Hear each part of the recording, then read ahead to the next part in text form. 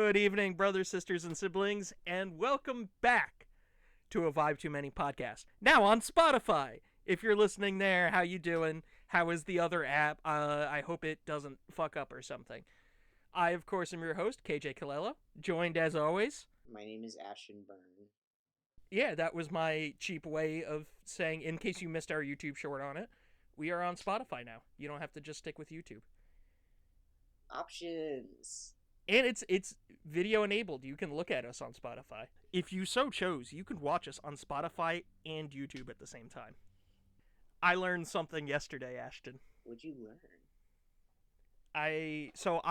Last week I was on vacation because we had some Vibe Too Many business to attend to. And I came back to work. Business. My boss's boss's boss.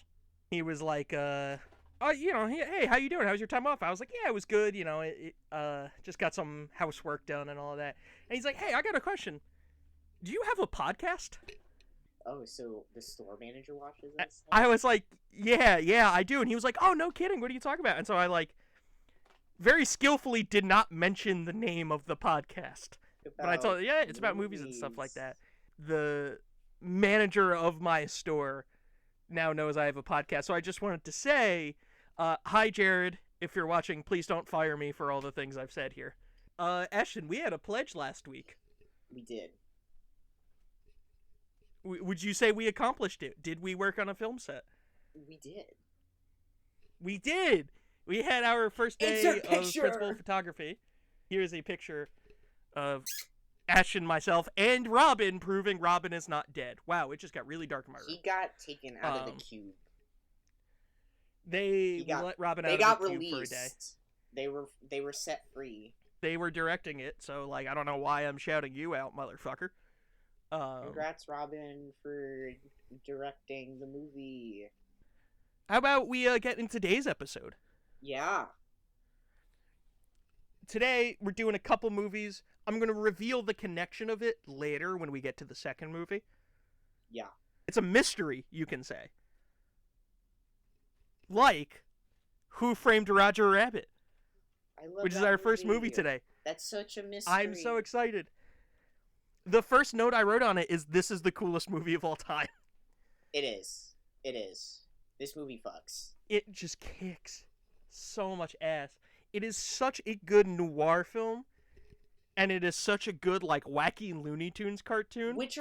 And it does both. That's such, two different tones, but it manages to find the middle ground of both at the same time. There is a scene where they're talking about the death of, Marvin Acme, and it's this serious scene where they're like, oh yeah, they got noir scene, they got Acme, they dropped a safe on his head, and it doesn't feel out of place that they said that. Or where it's his brother died because they dropped a piano on his head. A piano on him. Yeah. He tells that story, and I can look at you right now and say, this character's brother was killed because a tune dropped a piano on his head. And you'd be like, that's wacky. But when he's telling the story, you're like, oh God, fuck. My heart. It's so emotional. That sucks. It's a noir film. It's a Looney Tunes cartoon. It also, includes stuff with, the history of L.A., Hollywood, with, GE, the freeway. That is... Which is also a reference to noir, but, it manages to be, all three of those things. It comes very much from, Chinatown. Yeah. Which is an LA noir movie. Also, when we're talking about, the influences here, I want to point out that the book Black Dahlia came out the year before, written by James Ellroy. James Ellroy, in the 80s and 90s, kind of brought back that glitzy LA Hollywood noir. I mean, he wrote the book LA Confidential. Yeah. So I feel like that is a big influence on this too. You get that same vibe. This movie never lets its noir vibe down. It's a noir through and through. And the way it uses the tunes to communicate those story beats with the noir is very well thought out. Again, incredible fucking world building. The tunes also being allegorical to minority characters and races in the early 50s. Which is why they literally have their own part of town that doesn't see the same justice. Like, Judge Doom does not put these Toons on trial. He just straight up fucking puts them in some acid.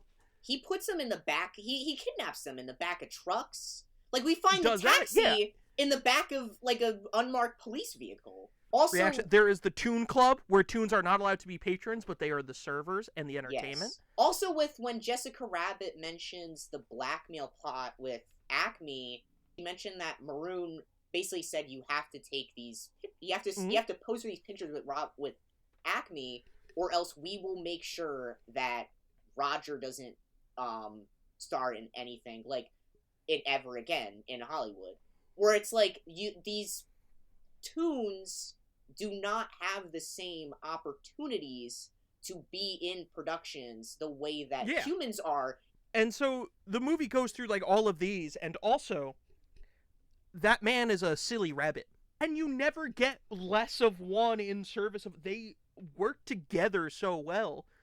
Like, this dark noir film gets solved because Eddie Valiant learned to have a sense of humor again. That sounds so ridiculous, but it, in execution, works perfectly. It is beautiful. I think the moment where he dumps the drink and takes out the Toon gun. The scene you brought up is a great point, because, he spilled, you have this character moment where he gets rid of his booze, this crutch he's been leaning on. His alcohol. But he does it with a silly cartoon gun. Yeah. But it's still, like, emotionally resonant. They mention, like, these people, the Toons, they look up to Valiant and Valiant because Valiant were, like, the only people with the law worked with the Toons. They took them serious. Gave a shit about the Toons. One of the coolest things in this movie is the cast.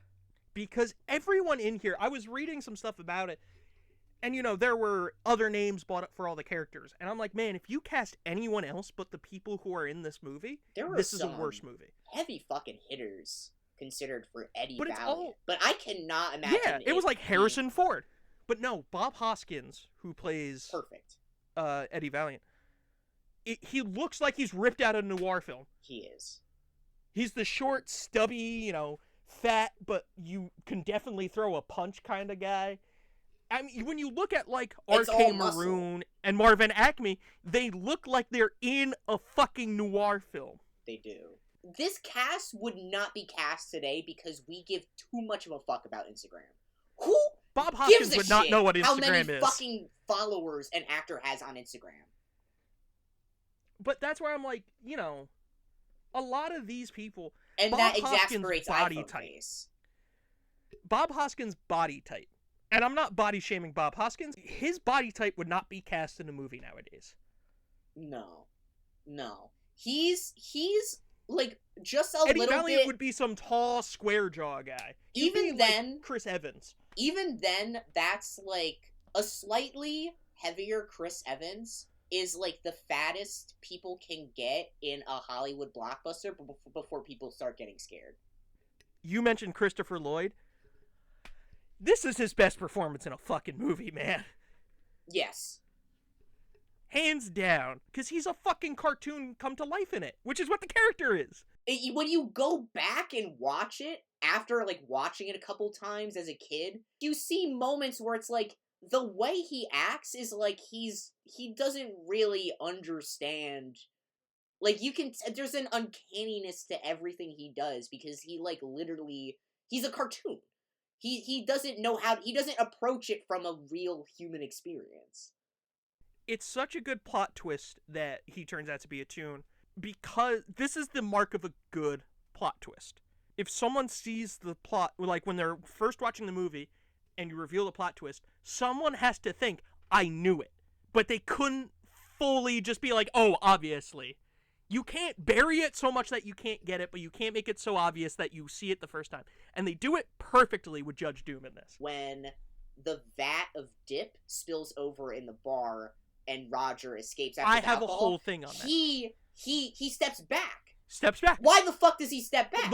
What is he scared of? The whole time. And then you go and you see Judge Doom. That's why. And you're like, oh, I knew it. But you never, like, were fully sure about it. You don't think about it too hard. And, like, when you go back and rewatch the movie, you're like, psh, it's obvious he's a cartoon, but, like, it's not that obvious. It's obvious when you have the information. Everything Judge Doom does when it comes to the dip, he puts on the rubber gloves. Yes. To protect himself and it's everything. Oil paint. He never That's lets another it touch thing his with, body. But later on, when we see Eddie, he just runs through the dip because it's not going to hurt him. It's such a good, like, plant where it's just this little thing. Galloping all over it because he's fine. Yeah, it's just this little thing that if you pay close attention to, like, it helps you, come to that plot twist, and it makes it feel like a satisfying plot twist. It does. And man, is Christopher Lloyd scary when he gets into cartoon form. I will say briefly, the fact that, going back to the world building, the fact that the dip is literally just part oil paint thinner. It's oil paint thinner, which is oil paint they use on animation cells. It is. That's something I noticed cool too. Detail. He walks onto screen and you're like, oh fuck, there's something up with this guy. There's something wrong with him, yeah. Instantly. Yeah. Yeah. And I like that his plan is to create a freeway system, and it just calls out all of the issues of having a freeway system in real life. Pretty much. It's like, oh shit, we just did that. We have that now. Yeah, they knew. We're living in that reality. They knew what they were doing. That's something I should say about Bob Hoskins in this movie, too, is his performance is so great, and he was doing it kind of alone a lot of the time. He is acting... When he's holding Roger Rabbit, there's nothing in his hand because this isn't computer graphics.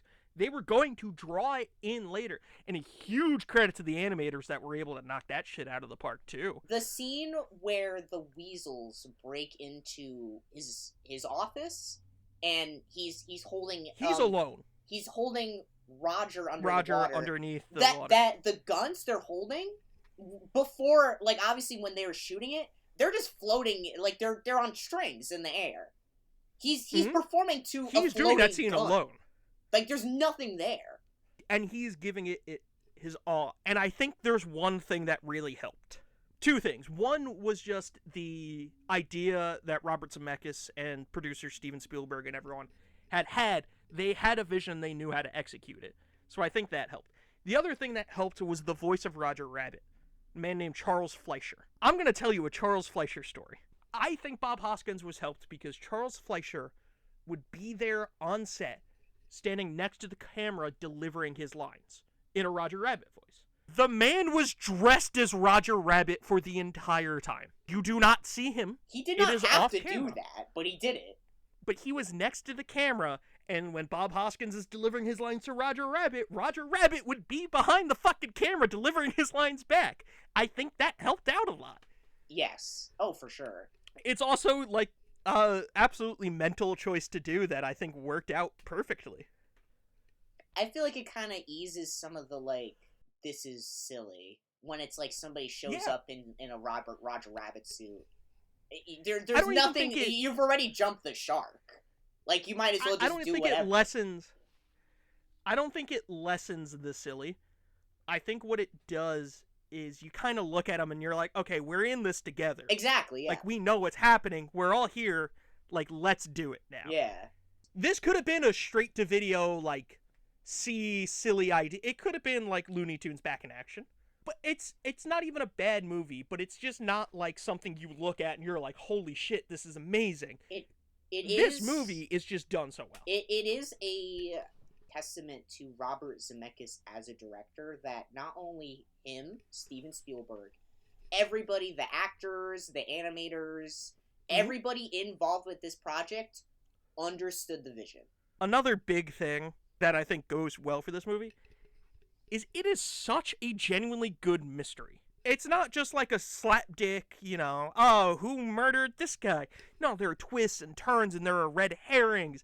And even though you know Judge Doom is the bad guy, I don't think you really know Judge Doom is behind it until he reveals himself to be behind it. And you don't really know how much of it he's involved with. Yeah, you would not be at fault for looking at him as a secondary antagonist for 90% of this movie. Yeah. When they were writing the script, so Judge Doom is not in the book.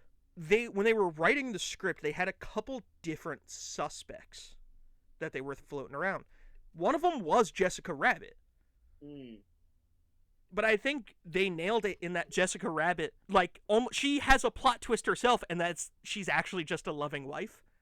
Yeah. I think that's a better plot twist than if they made her the villain. It goes back to what saying, she was one of them. Design makes you it's all about calling out the fact that you go into it with assumptions about her. Another one of the people they were considering to be a suspect was Baby Herman. Huh. Which I thought was really funny. I think a lot of this kind of brings me to some things I want to talk about with the changes from the book. Because I talked about how Judge Doom wasn't in the book. The book takes itself way more serious. The book is called Who Censored Roger Rabbit by Gary K. Wolfe. There are sequels to it, but here's a fun fact about the book series. Gary K. Wolfe was such a huge fan of the movie that he changed the book's continuity to take place after the movie rather than the book. That's nuts. He wrote in the second one, which I think is called Who Plugged Roger Rabbit. So he has the speech impediment? The stutter. Yeah. Yeah. He writes the first book as a bad dream from Jessica Rabbit. Works. But it's a darker, more of like a straight noir book. The Toons are not immortal in it. In fact, as soon as you get the main like murder and they start to pin it on Roger Rabbit, Eddie goes back to his office to find Roger Rabbit's dead in front of his house. How is he dead? Like, how did they even fucking kill him? Did he just He was shot in the back. That's not quite loony. In the book, the Toons can create like a clone of themselves with enough willpower that they use for stunts. Oh, okay. So a lot of the book is not with Roger Rabbit, but with a clone of Roger Rabbit trying to clear the original Roger's name. Jessica Rabbit is not the loving wife in the book at all. What is her character in the book? It's what you thought she would be in the movie. She's actually not Roger's wife currently. She's Roger's ex-wife who is married to Roger's boss now. She is one of the people that the mystery of the book is a little more convoluted. They're going after like a tea kettle or something that winds up having a magic genie. The magic genie shot Roger. It's a whole thing that I don't feel like getting into. I feel like as soon as you get into the like body doubles, it's like that's like a lot. And by the way, it's not a bad book. You go check it out and read it. Yeah, for it's sure. It's just the changes from the book to the movie on like every single level just wound up being perfect. Serving everything so well for like what this movie was going to be. And initially, like, Who Framed Roger Rabbit went through 1,000 drafts.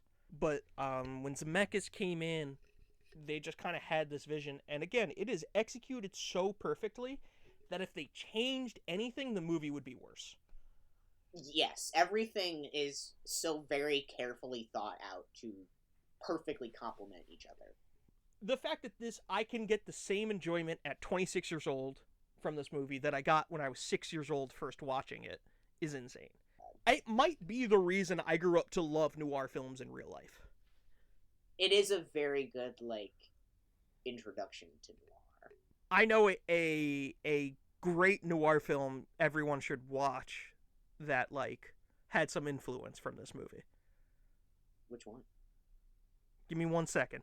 So, if you guys want a good noir parody that had, at least one person involved in it who's a big fan of this movie, might I suggest to you a little bit of Spoonful of Murder? Yeah. Absolutely. I'm just saying, noir parody that's silly, but still trying to come up with a satisfying mystery. Boom. Boom. But yeah, that Who Framed Roger Rabbit was, at least for me, I should ask Robin if they were influenced by it, but I wanted to play my character in it like it was a Who Framed Roger Rabbit character. But everyone go watch Spoonful of Murder. Go watch it. It's a labor of love, and yes, it's something I helped create, but I also can't help but love it. I think it's genuinely great. Like, my closing thought on this whole movie It's just that there is never going to be another film like this. No. Like, you gotta realize, very quickly after this, hand-drawn animation started to go out the window. I think it also But, took like, yeah. a lot of, like, people actually respecting so many different things at once with, like, cartoons, with noir films. So many different things need to happen. And again, what you said with the casting. The era Yeah, of casting we're getting right now with, like, iPhone face everywhere, Everyone's we're too not hot. going to get a cast like this. There was a vision for it that they could work towards. Mm-hmm. Do you want to talk about a movie that didn't do that? Oh, absolutely. So, we've spent an hour in recording time It's already talking an about hour? how Oh great my Roger God. Rabbit is. Now we're going to talk about a less good movie. Yeah, this one was a harder 'Cause- watch, for sure.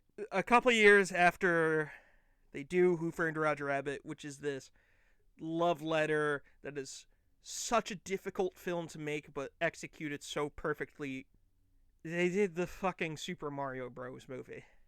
And that's our theme of the day. Is we're actually going to answer a question, which is, which one of these movies drove Bob Hoskins into the brink of insanity? And it's not the one where he's acting in front of air. It's not the one where he's talking to nobody. Where a man rabbit is just off camera yelling at him in a weird voice. Nah, he was kind of chill with that one. Look, I'm going to say something. When we were mapping out the episodes about a month or so ago, I think this was Ashton's idea. And it was like such a clearly good idea to do, but I was so upset because I'm like, I genuinely try. I feel like it doesn't come across as much as I want it to, but I genuinely try to be more positive about everything when it comes to film and everything, because I think there's a lot of doomerism going on, and I don't want this podcast to be that. I think especially it's hard for me too, as like an artist, to like, like, who am I to sit here and be like, everybody else's work sucks? I try, in movies that aren't very good, I try to have like positive things about them. Like, again, I wasn't a fan of The Mummy, the original Mummy movie, but there's stuff I like about it, so that's what I want to talk about.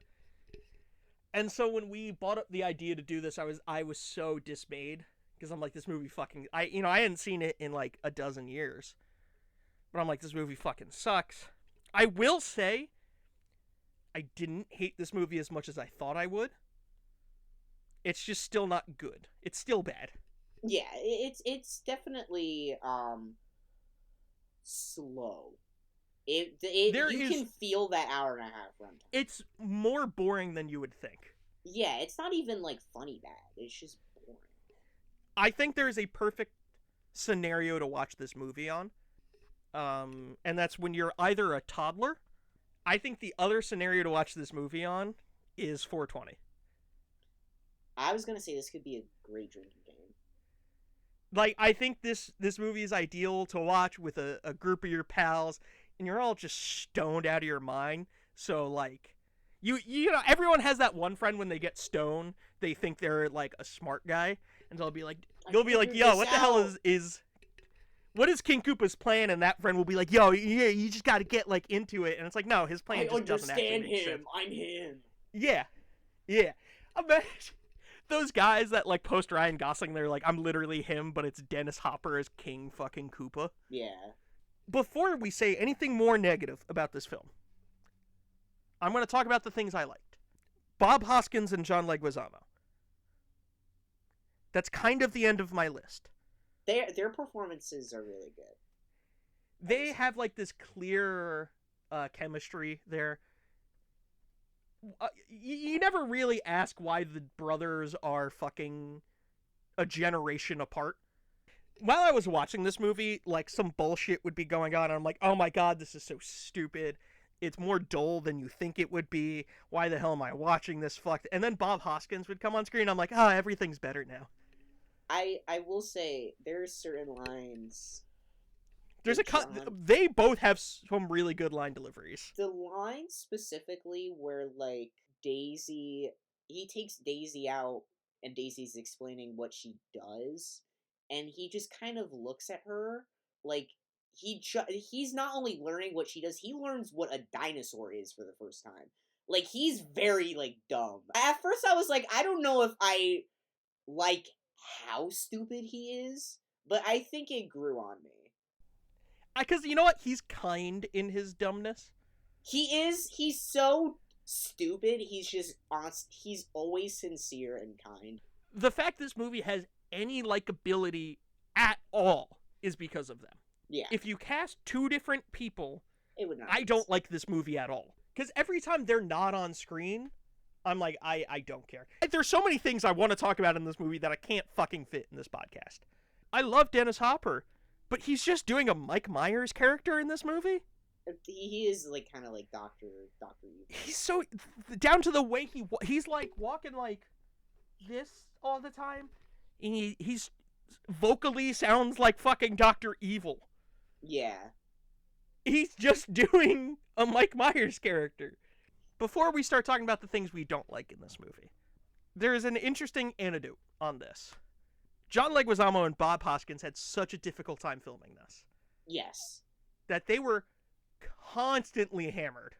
In between takes. They were drunk the whole time. And so I thought, to keep in tradition here, I would just kind of crack open some libation here. I think the concept art for this movie is genuinely fascinating.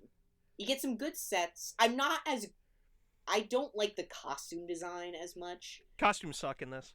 I feel like you don't really, like, they're supposed to be dinosaurs. They look like regular people. The Koopas are a good barometer for what I feel about this movie, because I hate the way the Koopas look, but also something about them I think is really funny. Anyway, do you want to talk about the things you liked in this fuck-ass movie? I like the... How big of a list is it? Should I start chugging my drink while you talk about it? You can chug it. It's not a long list. Online, Simon Merton has an art station where he has uploaded a lot of his concept art that he worked on for the movie. They're, like, ink drawings, concept art of the, like, de-evolution machine. Genuinely fucking cool. Just genuinely really good. Which is weird because it sucks in the movie. It sucks in the movie, but the concept art kicks ass. Greg Beeman, I think for like an earlier version of this movie when they were toying around with a different tone, I couldn't find his exact art account, unlike I did for Simon Merton. His art station has Super Mario concept art. He also designed the jumping boots. He designed some of the cars. He has like car outlines. There's also not official. I shouldn't say official. The Super Mario Brothers the movie archive. Shout out to the people behind that.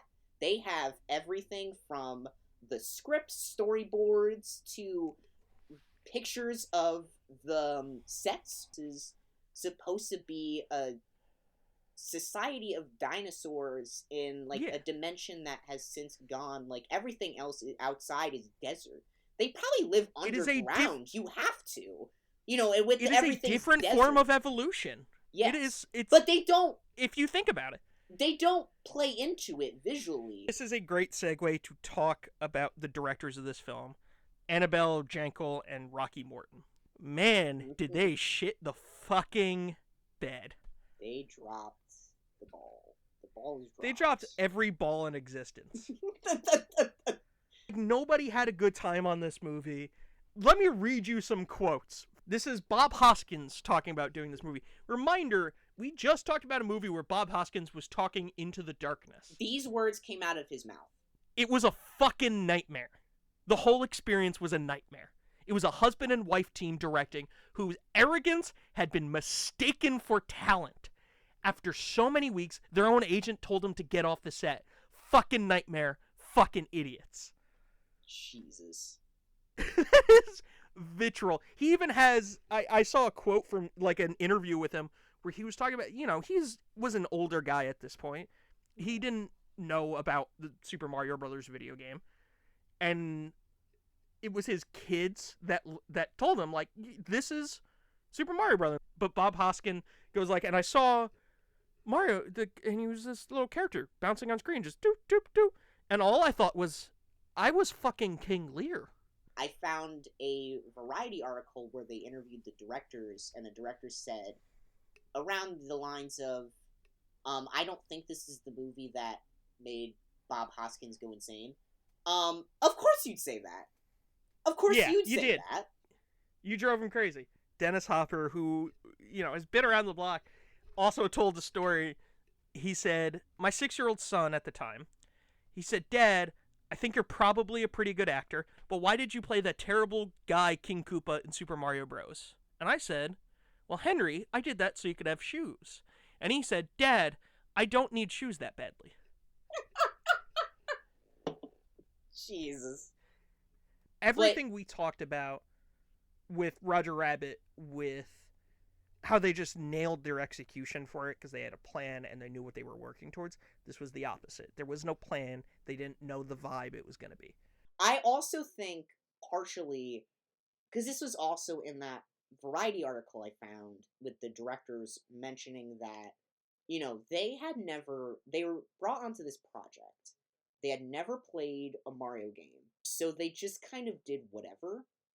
There's a way that they approach this movie that reminds me a lot of the way the director talked about the 1998 Godzilla, where he hadn't seen a lot of Godzilla movies, but he wanted to do something different, and then just did something worse, and then, Toho made fun of him for just the rest of time. Now, I don't think you need to be, as we also saw with Who Framed Roger Rabbit, you don't need to be a one-for-one adaptation to be a good adaptation.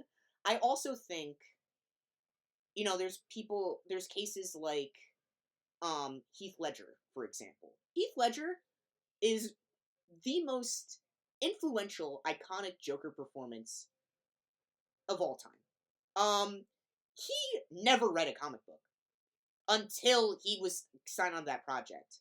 I think there's a certain way to approach certain mediums, especially mediums that are often seen as inherently childish or unintelligent, where it's this tone of, I've never engaged with this, and I don't need to engage with this in any sort of level to do something better.